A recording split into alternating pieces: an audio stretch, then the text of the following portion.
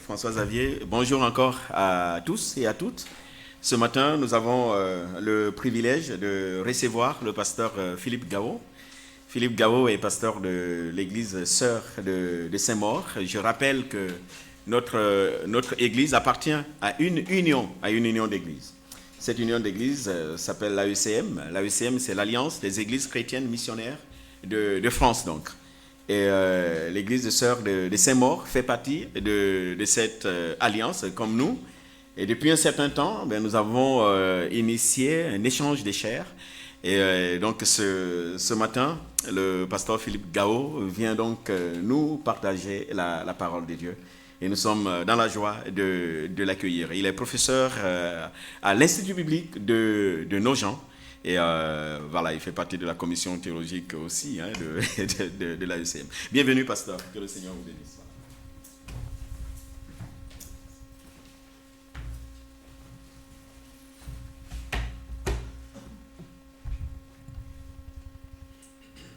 Bonjour à toutes et à tous. Alors j'avais prévu de faire une présentation, mais Samuel s'en est chargé, donc ça me fait gagner 2 minutes. Merci en tout cas de m'accueillir parmi vous ce matin. Et merci au pasteur Samuel pour son invitation. C'est vrai qu'on a pris du temps pour pouvoir trouver une date, mais me voici. Et tandis que je suis ici, eh bien, Eduardo de votre église est à Saint-Maur en ce moment pour apporter lui aussi la parole. Et je vous invite justement à pouvoir nous mettre à l'écoute de la parole de Dieu, à pouvoir suivre la lecture de l'épître aux Romains, au chapitre 6, les versets 15 à 23. Romains chapitre 6, les versets 15 à 23.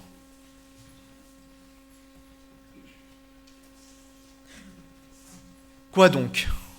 Allons-nous pécher parce que nous ne sommes pas sous la loi mais sous la grâce ? Certainement pas. Ne savez-vous pas que si vous vous livrez à quelqu'un comme esclave pour lui obéir, vous êtes les esclaves du maître à qui vous obéissez, soit du péché qui conduit à la mort, soit de l'obéissance qui conduit à la justice. Mais que Dieu soit remercié. Alors que vous étiez esclaves du péché, vous avez obéi de tout cœur au modèle d'enseignement auquel vous avez été confiés. Et une fois libérés du péché, vous êtes devenus esclaves de la justice. Je parle à la manière des hommes à cause de votre faiblesse naturelle. De même que vous avez mis vos membres comme esclaves au service de l'impureté et de l'injustice pour arriver à plus d'injustice, de même maintenant, mettez vos membres comme esclaves au service de la justice pour progresser dans la sainteté. En effet, lorsque vous étiez esclaves du péché, vous étiez libres par rapport à la justice. Quels fruits portiez-vous alors ? Des fruits dont vous avez honte aujourd'hui, car leur fin, c'est la mort. Mais maintenant que vous avez été libérés du péché et que vous êtes devenus esclaves de Dieu, vous avez pour fruit la progression dans la sainteté et pour fin la vie éternelle. En effet, le salaire du péché, c'est la mort, mais le don gratuit de Dieu, c'est la vie éternelle en Jésus-Christ, notre Seigneur. Je vous invite à la prière. Oui, notre Dieu, nous avons besoin de toi pour pouvoir comprendre ta parole et nous demandons, Seigneur, que ton esprit nous conduise dans la compréhension de ce que tu nous dis à travers l'apôtre Paul. Oui, permets-nous, Seigneur, s'il te plaît, de pouvoir non seulement entendre ta voix, mais aussi de pouvoir mettre en pratique ce que tu nous dis ce matin. Merci, parce que ce que nous venons de lire est une très bonne nouvelle pour tous ceux et celles qui ont été libérés en Jésus-Christ. Nous te louons pour cela, au nom de Jésus. Amen. Imaginons un instant un dialogue entre Paul et un lecteur qui réagirait au contenu de sa lettre. Si je comprends bien ce que tu as dit jusque-là, mon cher Paul, Dieu déclare juste des pécheurs sans que cela dépende de leur obéissance à la loi. Paul répondrait tout de suite, oui, cela ne dépend pas de l'obéissance des hommes, mais de celle d'un homme, Jésus-Christ. Et l'autre reprend, D'accord, mais tu as dit aussi que là où le péché abonde, la grâce est plus grande. Parce que le pardon de Dieu peut couvrir une multitude de péchés. Donc, si nous sommes sauvés uniquement par grâce, alors il n'y a aucun problème à ce que je continue de pécher. À l'extrême, on dirait que plus je pêche et plus la grâce abonde. N'est-ce pas un magnifique calcul ? C'est l'objection à laquelle Paul a déjà répondu au début du chapitre 6. Non, la grâce n'est certainement pas une excuse pour pécher davantage. Paul rappelle aux chrétiens de Rome qu'ils sont morts pour le péché, qu'ils sont morts avec Christ, la personne qu'ils étaient auparavant. Inconverti, esclave du péché, qui méritait la condamnation. Cette personne-là n'est plus. Nous avons entendu tout à l'heure des témoignages qui présentaient un avant et un après. La personne d'avant n'est plus. À la croix, Christ est mort pour le péché et unis avec lui par la foi, les chrétiens sont morts également pour le péché, qui n'a plus de droit sur eux. Donc le péché ne doit plus régner. Il n'en a plus la légitimité. Désormais, celles et ceux qui sont morts pour le péché sont vivants pour Dieu, au service de Dieu. Et dans notre texte que nous avons lu à l'instant, nous sommes dans la continuité, dans la suite du raisonnement, avec une nouvelle question et une réponse tout aussi catégorique. Allons-nous pécher parce que nous ne sommes pas sous la loi, mais sous la grâce ? Réponse : certainement pas. Et nous entendons dans ce texte un va-et-vient entre ce que les chrétiens étaient auparavant, avant de croire en Christ, et ce qu'ils sont désormais. Avant, vous étiez ainsi, mais maintenant, grâce à Dieu, vous êtes complètement différents. Il est essentiel de toujours mieux saisir ce que Dieu a fait pour nous, de mieux saisir ce qui a vraiment changé pour nous depuis le premier jour où nous avons placé notre confiance en Christ. C'est essentiel pour nous de comprendre correctement ce que signifie vivre sous la grâce. Et mieux nous comprendrons les vérités énoncées dans ce chapitre 6 de la lettre aux Romains, et plus nous conformerons notre vie à ce qui est écrit ici. Plus nous expérimenterons la liberté que nous avons en Jésus-Christ. Et bien sûr, c'est grâce au Saint-Esprit que nous y parviendrons. Et je veux d'abord parler de ce mauvais calcul.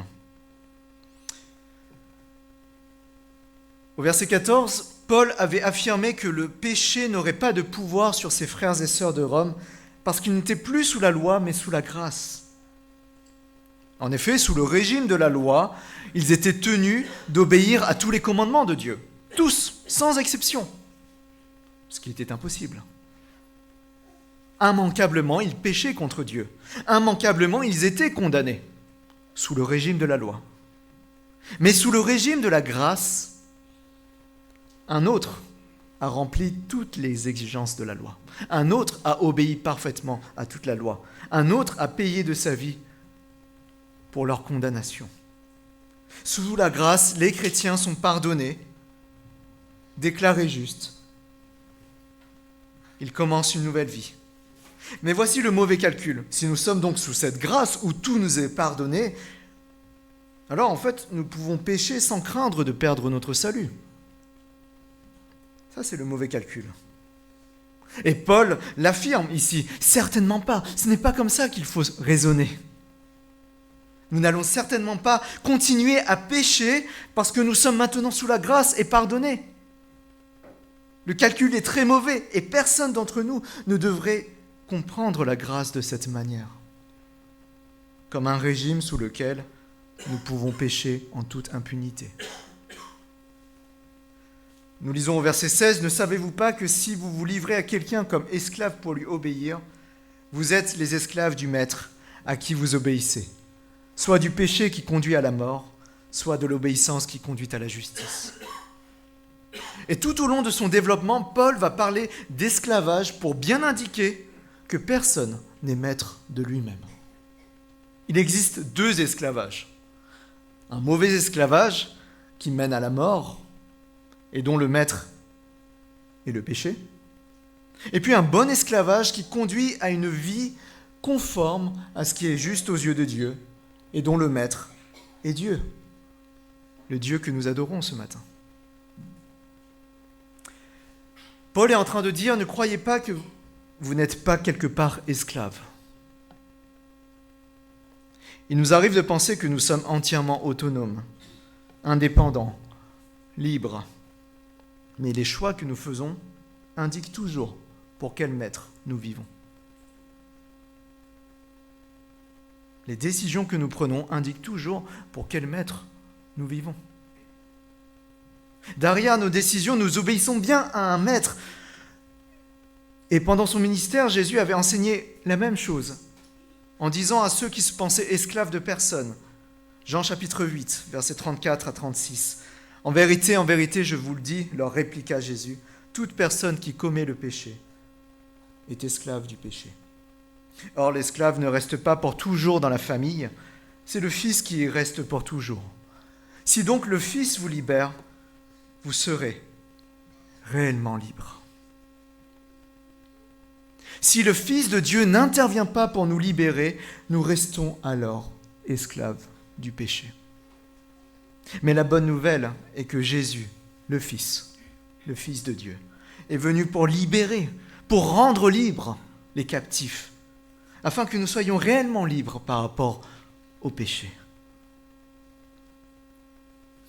Je reviens encore sur ce mauvais calcul. Pourquoi est-ce un mauvais calcul de penser que sous la grâce, nous pouvons pécher allègrement?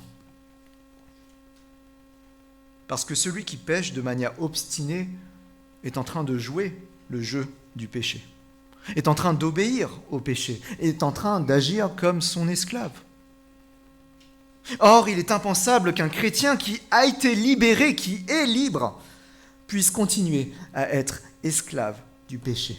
Ce serait vivre comme si Jésus n'avait rien fait pour nous.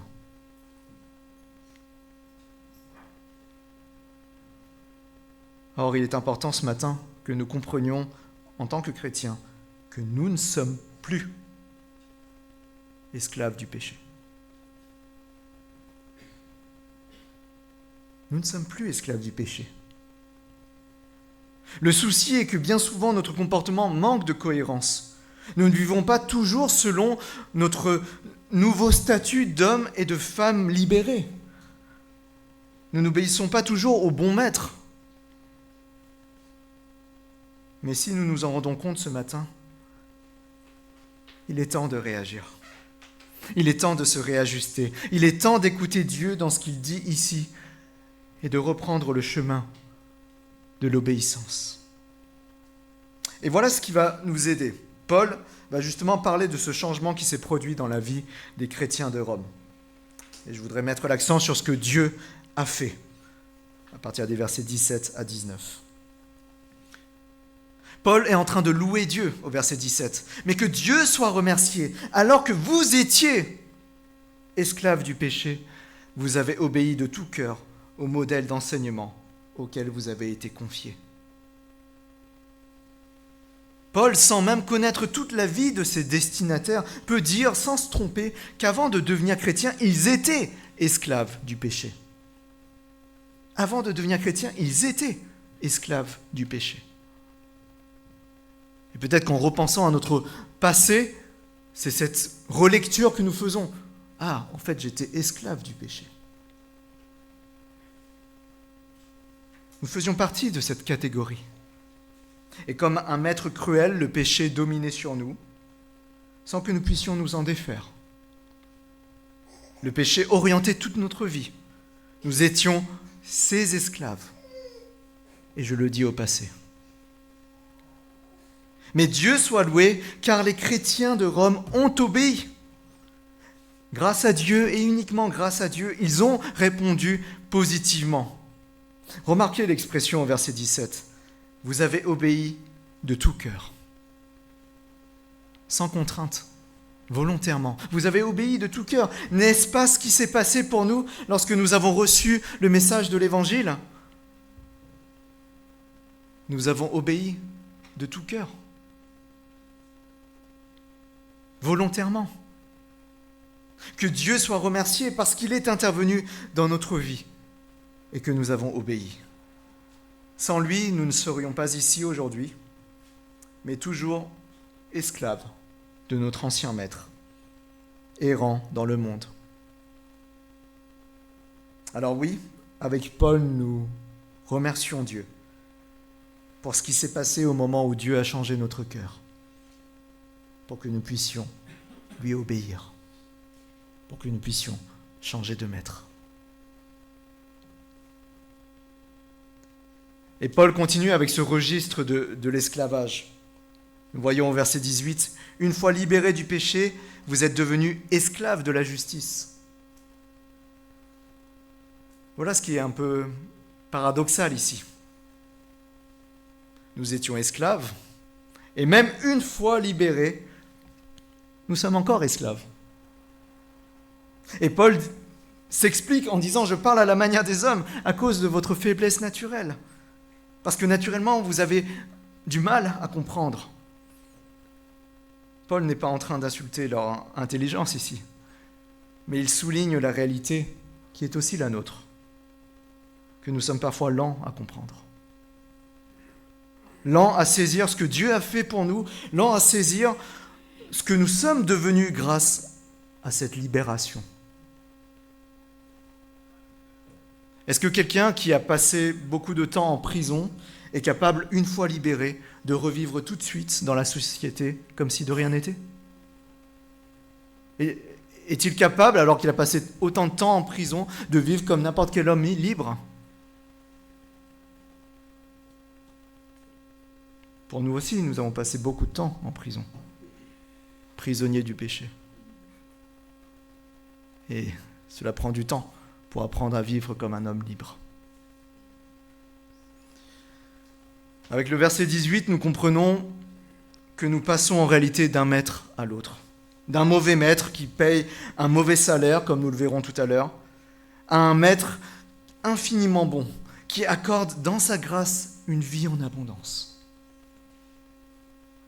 Est-il possible que nous ayons oublié cela, frères et sœurs ? Que nous ayons oublié que nous avons été libérés du péché, dans le sens qu'il n'est plus notre maître. Cela ne signifie pas pour autant que nous avons perdu la capacité de pécher. Malheureusement, en cette vie, nous péchons encore. Malheureusement, en cette vie, le péché n'a pas définitivement disparu. Mais la différence significative avec notre vie d'avant, c'est que ce n'est plus le péché qui oriente notre vie, mais Dieu. Voilà la différence significative et radicale. Ce n'est plus le péché qui dicte notre vie, c'est Dieu. Et nous devons nous poser une question ce matin. Qui est mon maître en ce moment ? Qui dirige ma vie en ce moment ? À qui obéissons-nous matin, midi et soir ? Et si nous sommes chrétiens, Paul l'affirme, nous avons été libérés de la domination du péché et nous sommes devenus esclaves de la justice. Et c'est tellement mieux. Et le fait d'évoquer que nous sommes des esclaves, et ce n'est pas dévalorisant pour nous, cela doit nous rappeler deux choses. D'abord que nous appartenons désormais à un nouveau maître, qui a des droits sur nous, et que par conséquent, il peut nous demander tout ce qu'il veut. Mais si c'est Dieu notre maître, nous sommes entre de bonnes mains. Et deuxièmement, dans ce rôle d'esclave, notre part est donc d'obéir à notre maître, afin d'accomplir tout ce qu'il veut. Mais voyez, si ce maître est le péché, eh bien, le péché a les mêmes droits dans ce cas-là. Il peut nous faire tout ce qu'il veut. Quand Christ a donné sa vie sur la croix et quand il est revenu à la vie, il a rendu possible cette libération, cet enchaînement, enfin la libération de cet enchaînement du péché, de cette domination du péché sur nous, pour que nous ayons une vie différente de celle que nous avions jusque-là. Une vie différente. Et c'est là que nous en venons à ce que nous devons faire alors. Si le Seigneur a fait cela pour nous, s'il nous a libérés, s'il nous a rendus libres, s'il nous a rendus esclaves de sa justice, alors qu'est-ce que nous devons faire en pratique ? Eh bien, c'est ce que nous voyons dans les versets 19 à 22. Verset 19, « De même que vous avez mis vos membres comme esclaves au service de l'impureté et de l'injustice, pour arriver à plus d'injustice, de même maintenant, mettez vos membres comme esclaves au service de la justice, pour progresser dans la sainteté. » Quand Paul écrit cela, il pense peut-être à la vie ordinaire des païens de l'époque qui se livraient à toutes sortes de péchés, de débauches. Et autrefois, ceux à qui Paul s'adresse menaient effectivement une vie immorale, s'enfonçant toujours plus dans le péché. Autrefois, même s'ils ne connaissaient pas Dieu, ils péchaient contre Dieu. Autrefois, même si nous ne connaissions pas Dieu, nous péchions contre Dieu. Ils pratiquaient l'injustice, dans le sens qu'ils faisaient ce qui n'était pas droit aux yeux de Dieu, ce qui n'était pas conforme à sa loi. Mais maintenant qu'ils ont été libérés du péché, il ne reste qu'une seule manière de vivre, celle qui consiste à obéir à Dieu. Celle qui consiste à mettre leurs membres, leur corps, au service de la justice, au service de ce qui plaît à Dieu, au service de sa volonté exprimée dans ses commandements. Paul les exhorte à bien utiliser leur corps pour accomplir ce que Dieu demande. Et nous, mettons-nous nos membres, les membres de notre corps, au service de ce qui est juste aux yeux de Dieu. Réfléchissons juste un instant à ce que cela signifie dans notre contexte actuel. Si nous reprenons les 2 commandements les plus importants qui résument toute la loi, aimer Dieu de tout son cœur, de toute son âme, de toute sa force, de toute sa pensée, et aimer son prochain comme soi-même, comment impliquons-nous nos membres, les membres de notre corps, pour obéir à ces commandements ? Comment impliquons-nous notre corps pour obéir à ces commandements ? Et je me suis rendu compte qu'en cherchant à appliquer cette exhortation, eh bien cela demande de la réflexion. Je dois réfléchir chaque jour à ce que je vais faire de mon corps et comment il peut être au service de Dieu et de sa justice. Mettez vos membres comme esclaves au service de la justice. Et comment puis-je faire cela sur mon lieu de travail ? Ou quand je télétravaille ? Quand je suis seul à la maison ou avec ma famille ? Quand je croise mon voisin ? Quand je suis avec l'église ? Quand je vais au cinéma ?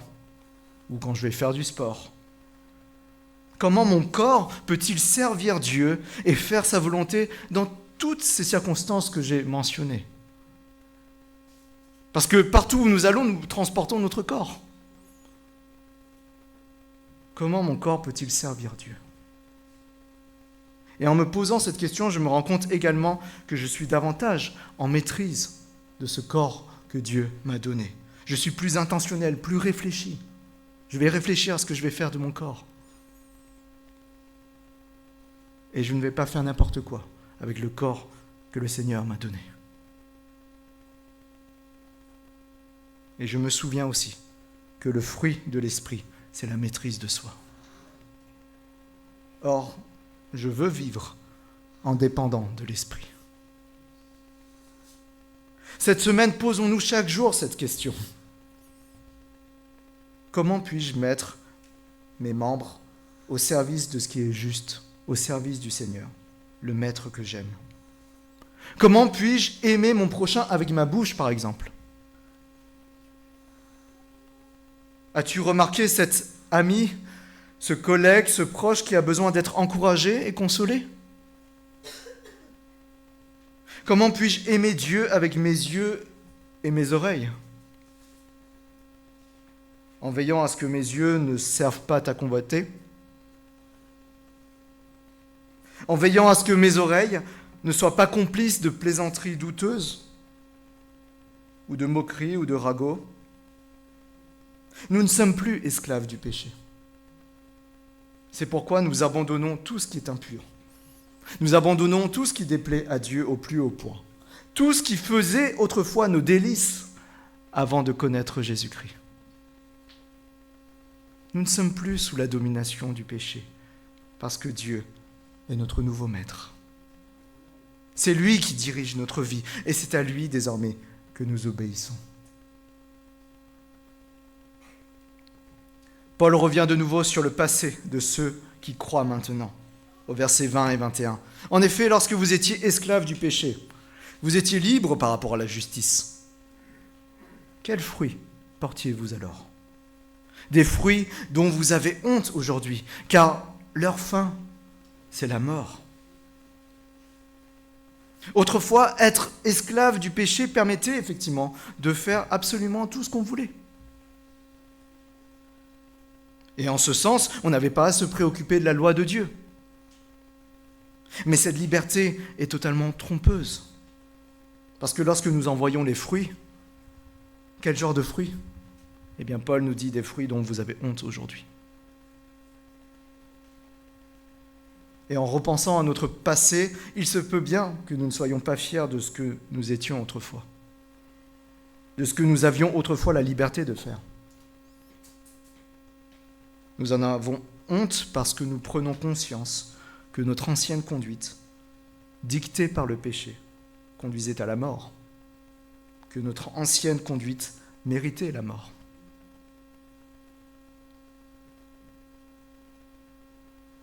Quelle honte, en effet. Et la destination de ce chemin en pente descendante était une mort assurée et éternelle. Imaginez un instant une voiture dévaler à toute vitesse une pente. Et au bout de cette pente se trouve un précipice. Et à moins d'un sauvetage, cette voiture n'a aucune chance de s'en sortir. Nous ne sommes pas dans un film où la voiture s'arrête pile avant le précipice. Dans la vie réelle, nous savons que cette voiture va mal finir.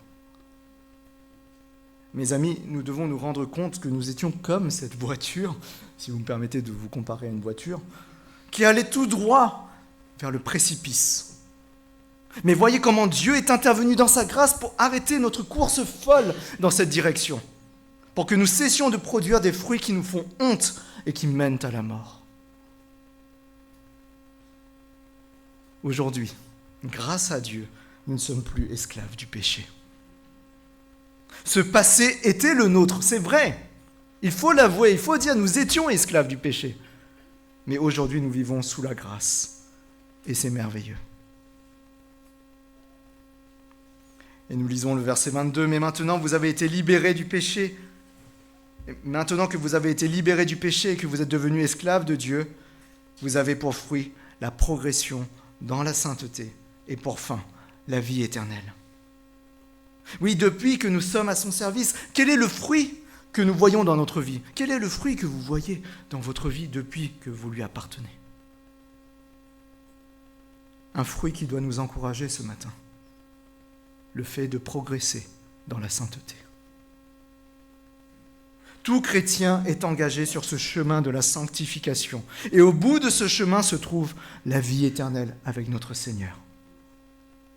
La sanctification, c'est ce processus qui accourt tout au long de notre vie terrestre.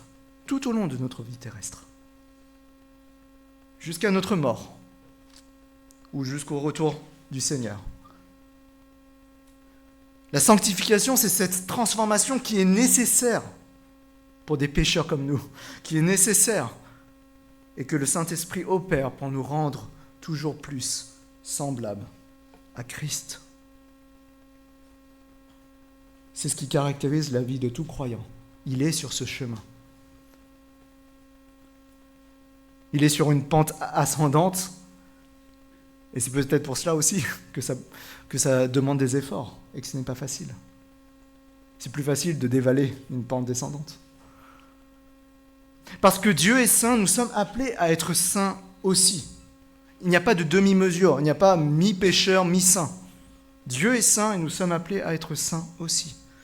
Et dans ce processus de longue haleine, nous apprenons à nous écarter toujours plus du péché.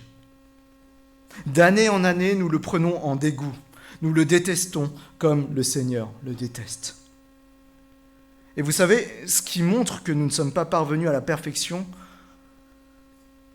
ce n'est pas seulement le fait que nous péchions encore, mais le fait que nous aimions encore le péché.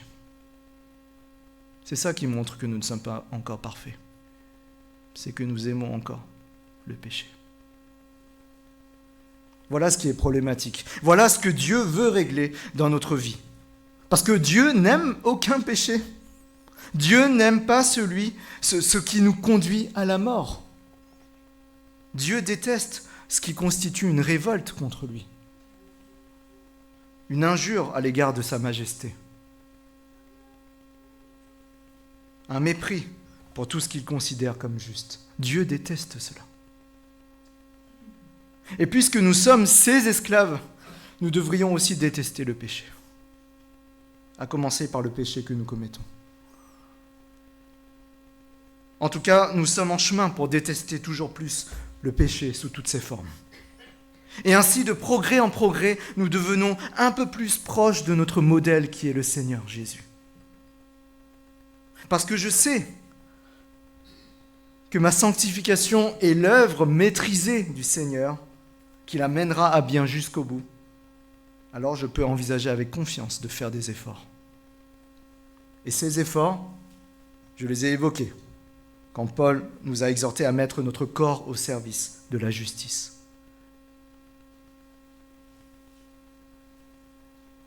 Nous avons notre part à faire, tout en sachant que Dieu est à l'œuvre. C'est lui qui nous transforme. Et sans le Saint-Esprit dans notre vie, il n'y a pas de changement possible. Il n'y a pas de transformation ou de progrès dans la sainteté. Mais puisque le Saint-Esprit agit en nous, même si nous ne comprenons pas très bien comment, en toute confiance, nous obéissons à cet impératif de faire en sorte que nos membres servent la justice. Pas seulement une fois ou deux, mais tout au long de notre vie. Et nous savons que c'est ce qui honore Dieu, que c'est ainsi que nous vivons pour sa gloire, et que c'est de cette manière que nous devenons plus semblables à Christ. La sanctification, c'est le merveilleux fruit que vous pouvez constater dans votre vie et qui peut vous encourager. Mais maintenant, verset 22, que vous avez été libérés du péché et que vous êtes devenus esclaves de Dieu, vous avez pour fruit la progression dans la sainteté et pour fin la vie éternelle. En effet, le salaire du péché, c'est la mort, mais le don gratuit de Dieu, c'est la vie éternelle en Jésus-Christ, notre Seigneur. Et nous n'avons pas besoin d'être longs sur ce dernier verset. Il est connu en général des chrétiens, alors peut-être pas toujours dans son contexte, mais voici l'ultime contraste entre les deux voies, entre les deux esclavages. Pour celles et ceux qui restent au service du péché, ils reçoivent un salaire des plus terribles, le salaire de la mort. Imaginez que vous travaillez dans un cadre magnifique, confortable, le travail est facile. Il n'y a aucune complication, aucune difficulté, le travail est facile. Comprenez, péché est facile. Mais à la fin du mois, après avoir bien travaillé, vous découvrez que le salaire, c'est la mort. Pour des esclaves du péché, il n'y a pas d'autre paiement que celui de la mort. Tout simplement parce que pécher contre Dieu mérite la mort, mérite la condamnation. C'est la juste condamnation que Dieu réserve aux pécheurs. Par contraste, par opposition, Dieu accorde, donne la vie comme un don qui n'est pas mérité. Une vie éternelle pour celles et ceux qui sont en Jésus-Christ. Pour celles et ceux qui sont unis avec Christ par la foi. Si quelqu'un n'est pas uni à Christ, il ne peut espérer obtenir la vie éternelle.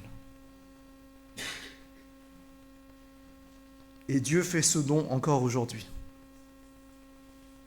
et t'appelle à l'accepter en venant à Jésus avec confiance.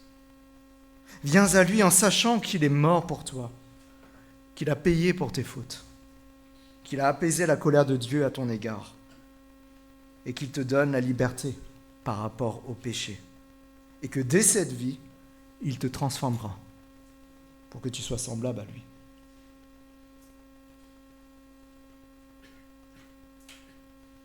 Alors je conclus. Dieu nous appelle ce matin par sa parole à lui consacrer toute notre personne, ce qui mobilise nos membres, notre corps, à son service. Est-ce que nous voulons retrouver cet élan, ce zèle, ce feu, cette consécration à lui? Rappelons-nous, encore une fois, quel était notre passé honteux lorsque nous étions esclaves du péché. Rappelons-nous ce que Dieu a fait pour nous en libérer. Et rappelons-nous que désormais c'est lui notre maître. Est-ce que nous aimons ce maître qui nous a libérés? Définitivement oui.